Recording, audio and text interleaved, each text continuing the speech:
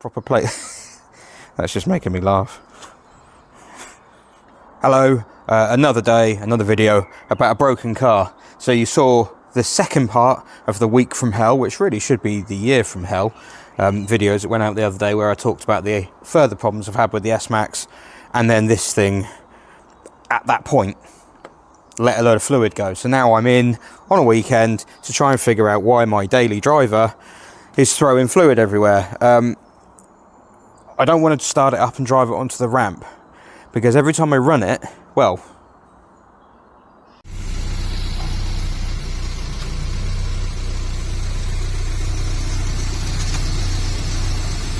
I will have to run it to put it on the ramp if it needs to go on the ramp, and it probably will need to go on the ramp. But I thought what I would do first is come outside and try and identify which pipe it is that's actually failed. So to do that, I'm going to do something quite novel. I'm going to jack a car up, which is not something I do very often. The sad thing is that I'm going to have to do it on the sill, because the car is on low. It will fit, it's a small jack, it will fit under the sill, but it might try bending the sill. These stupid designs they have for the jacking points, we'll see.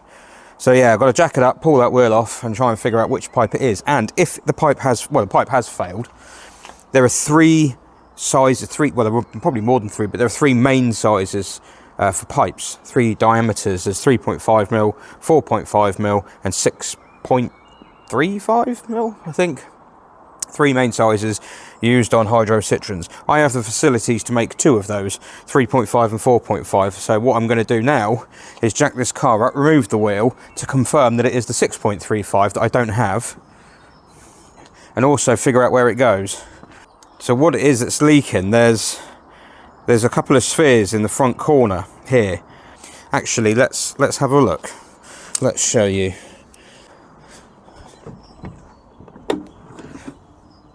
You can't see, obviously. We can see one of them. Okay, so one of them is there. So that's the accumulator. That's the pressure regulator in the accumulator. That's the main. All hydro citroens have that. That's the thing that goes tss, tss, like that. But there are two others under here, under the battery and this air filter. We can take the air filter out. I might be able to get to them actually. One of those is the hydractive rigidity regulator, because this car effectively has three suspension spheres for the front axle and three for the back axle. So, I was going to do a proper video on this, but TLDR.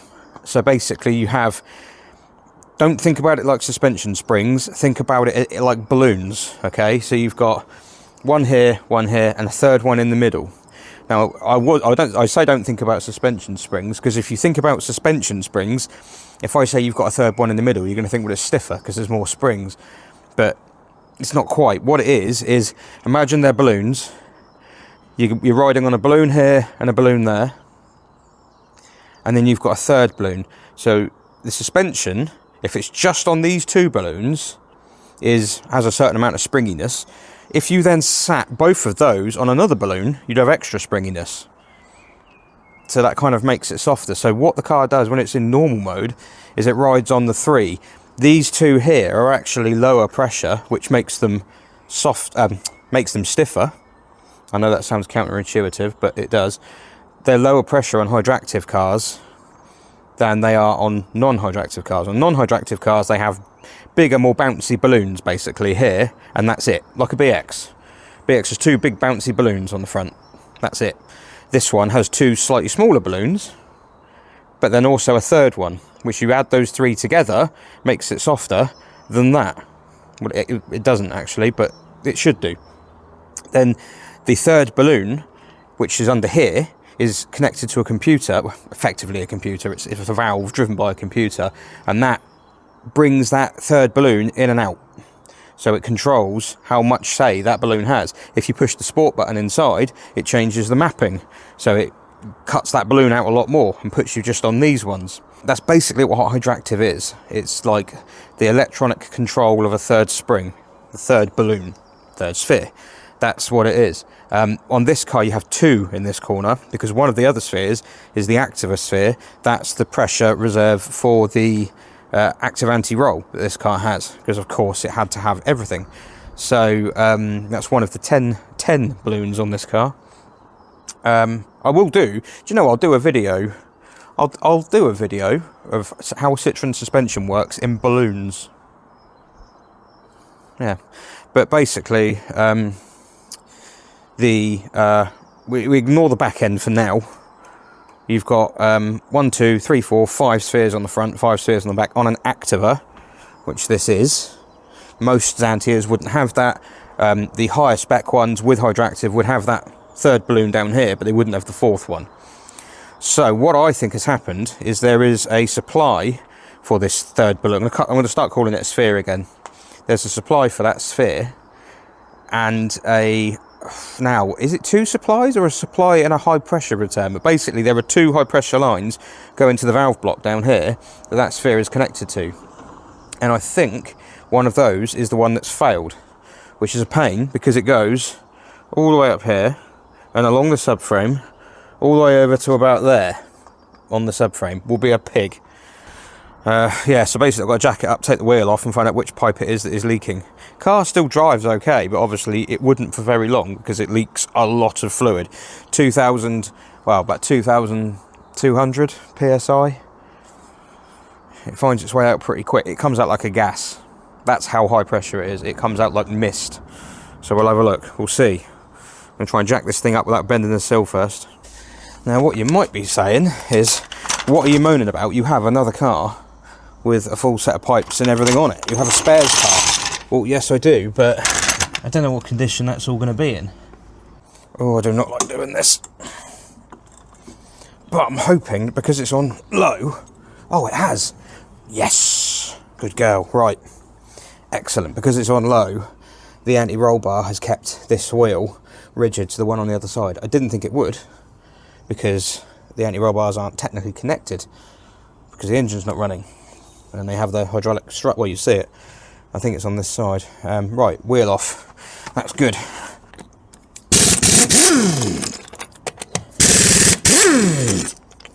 Well, because I haven't done... What the hell is that? What? Oh, it's a good job it doesn't put extra cornering forces through the wheels, isn't it, this car? Oh, I think that's 4.5. And it goes a very long way. Arch liner in front of it. It's this one that's leaking. I think. I wonder if can I remove that easily? What's that there? Is that a clip? Oh! Oh no, it's the one behind it. Oh wow, yeah, that's definitely leaking.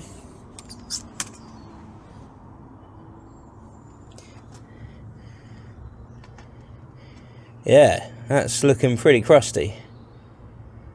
Those 2, that is the 2 that go to the regulator. The question is, where do they go from here? Quality tune.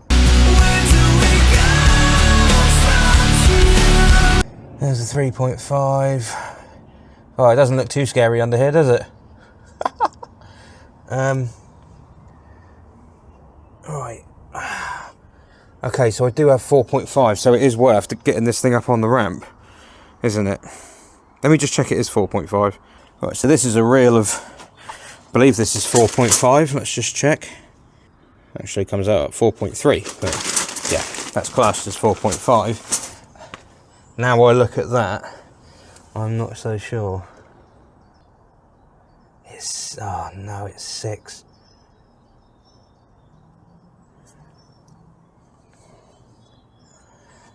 Damn it. I don't have the stuff I need. I can't even fix it, even if I wanted to. No, I have no pipes. I have no pipe work. No, well, it's 1/4 inch. I hadn't realised 6.35mm is just 1/4 inch conifer pipe, which is a good thing because it means I can get it, but I don't have any here. It's actually the same size as TVR clutch pipe. It's the same diameter, same stuff, but I don't have any. I don't have any seals either, or any unions. I didn't even have a flaring tool, so I've had to order everything, which means I cannot fix that today. Bum. I don't know whether to make a start on that or not. That's the risk. It's going to be about 3 days before those bits arrive. I'm looking at those top mounts. They are not looking good. Xantias have this problem of the top mounts failing, and of course if the top mount fails, it spears through the bonnet and the car sinks onto the floor. And although some kids would say that looks sick, man, it isn't sick. Well, it makes you feel sick, but so that is not looking good at all. That needs changing pretty urgently. But if I put this on the ramp and start to remove those pipes, I'm going to tie the ramp up for any other cars. And there are other cars that need the ramp, including Professor Tomato and that piece of crap S-Max. So I don't know what to do. I will ask my wife. She's rational. She'll know. Incidentally, before I go and speak to her, look, there's a ram. Instead of having a drop link here, there's a hydraulic ram. And then there's all these control rods and things down here, which is to do with the anti-roll system. It is complicated. Fiendishly complicated. I keep looking at that top mount. That's not good, is it?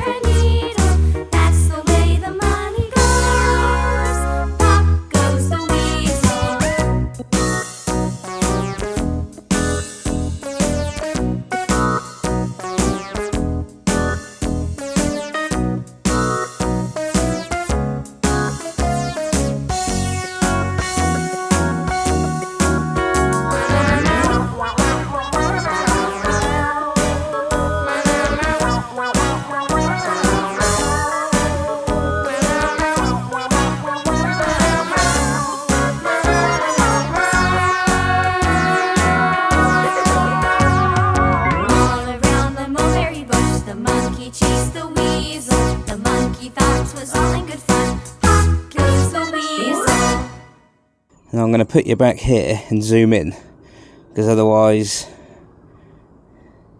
my phone's going to get covered in lahum. Okay, right, here we go. 2,500-ish, maybe just under PSI through a pinprick pipe.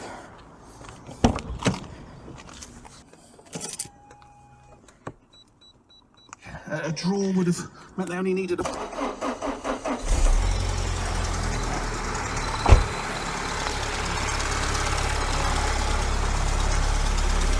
Oh, look at that!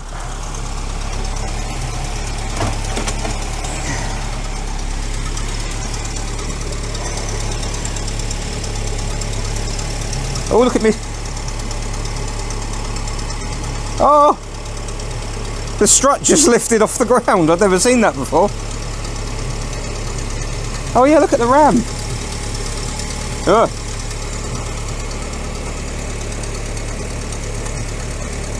Wow. Yeah, that happened in a garage on a forecourt. I mean, it still drives, the brakes still work and everything, it's a different circuit. Still, you know, the same pressure, but it's making the pressure, it's just leaking it. I think someone's left the drain cocks open, haven't they?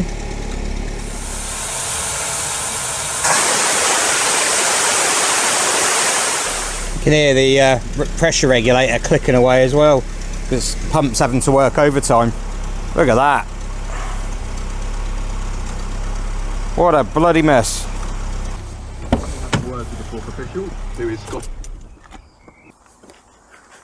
And then in a minute it will stop.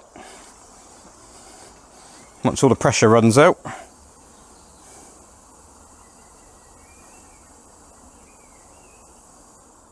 There you go. If that leak wasn't there, then that pressure would have stayed in the circuit for a fair while. Done a right job on that wheel as well. Look how wet that is. My high performer tyre from 2011 or 2014, one of them. It's got 4 odd tyres on this thing. It's like, that is everything that Activa owners ever obsess about. I've just noticed. You see? No, I will stay level. I don't care if you jack me up. But yeah, anything that Activa owners always obsess over tyres, the Activa community. Oh, it's very, very important with tyres and blah, blah, blah. This thing's got 4 odd tyres on it, including a land sail. So, the tyres aren't the biggest problem. Do you know what the biggest problem on it is? The number plate. Look, the font's wrong. It's supposed to be like this. Or like that. That's obviously why it's playing up, isn't it? Got Mickey Mouse plates on it. Well, I'll do that. When it comes back on the road, it'll have proper plates. That's just making me laugh. Right. Yes, go and laugh, because otherwise you cry. Right, I'm going to do something else. Drove Hilda last night. You've probably already seen that one. Then try it again in case it goes wrong. I don't think I can take it.